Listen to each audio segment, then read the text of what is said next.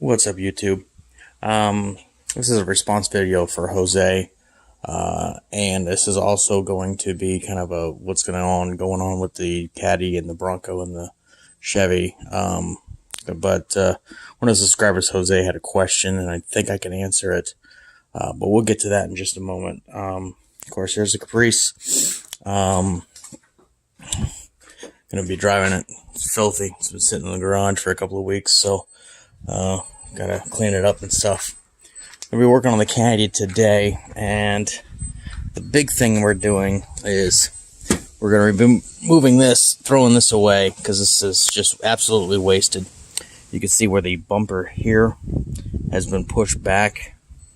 It's supposed to be sticking out maybe about 2.5 to 3 more inches, and I'm going to try to come up with a way to get that pulled back. I think I'm going to have to use some toe strap or whatever, and probably use the Bronco as a base, and because it has a frame, and use that just to get it taut, so I can maybe take a rubber mallet, remove this piece, take a rubber mallet, and bang it back out, because it has a shock for the bumper here, and I've had a car that had that before, and you can usually just pull them right back out because it's pushed in a little bit on that side. So I'm going to be working on that today. I'm also going to be doing some painting on the trim. I'm going to be changing it back to basically this color that's here, because the trim is getting chipped. It's really bad on the passenger side. I got a spot here. Yeah, and I got to do some fixing on this rear bumper. I have to come up with something. I used tape last time, and it lasted about a year to use as a base. And then I'm also going to have to take some sort of a thing that we have at work, resin, and try to get that to stay like that. It just popped out a little bit, so I got some work to do on the car. I'm going to be replacing the seats in a few weeks. The front seats anyways. Back seats are great, but yeah, you can see where I was talking about how the trim is just, paint's just coming off. It's really, really bad there. So, seats are wasted on this thing, unfortunately. You can see that that's just not attractive. And I'm putting blue Buick Roadmaster custom seats. Custom is the base model seats. Actually a little bit more comfortable than the fully optioned limited seats. Yeah, they're going to be blue for now, and then later on they make this vinyl paint that will I can make that'll match the interior. But I'm just going to get them in there for now, and they really need to be conditioned. The new ones that I'm getting, that needs to be really conditioned. So I'm going to be working on those to get those. But they're in really, really good condition. They almost look brand new. So that's what's going on with the Caddy. So I got a new piece of that piece I showed you that was screwed up. I got a new piece. I've already got it shipped. Bought it on eBay. It's just over $100. See it right there. It's in really good shape. Obviously, paint that. Get that taken care of. Yeah, that'll help the look of the front. Bronco, of course, nothing's doing on that.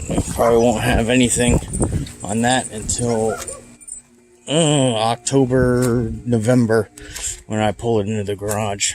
I'm going to start doing some painting on it. But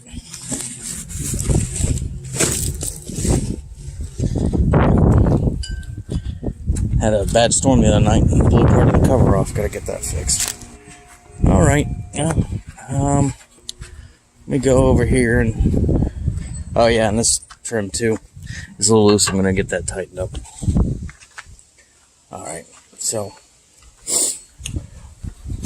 Jose, one of the subscribers, was talking about this pressure switch. Oh, you'll. I don't think I've ever started this car on the channel. You'll hear anybody who has these B-body cars.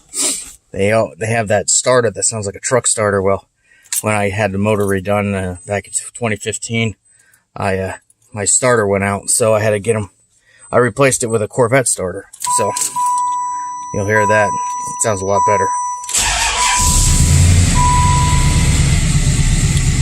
All right, so there's the, as you can see, we're pretty much warmed up.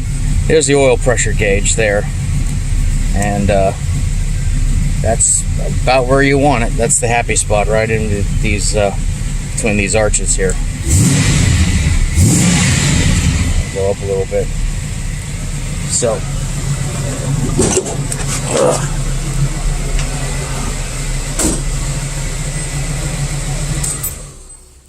all right. Be a lot easier to talk without the motor running. Okay, so back here is the oil pressure switch right here, and this piece, I can't know if I can get back there.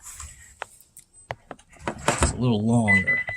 That's the actual sensor itself. The switch is a short, stubby little thing, and that's what I had before, and that just tells you when you do have oil pressure. So if the oil pressure is on, or you do have oil pressure, it'll ping that sensor all the way, and it'll read into the high.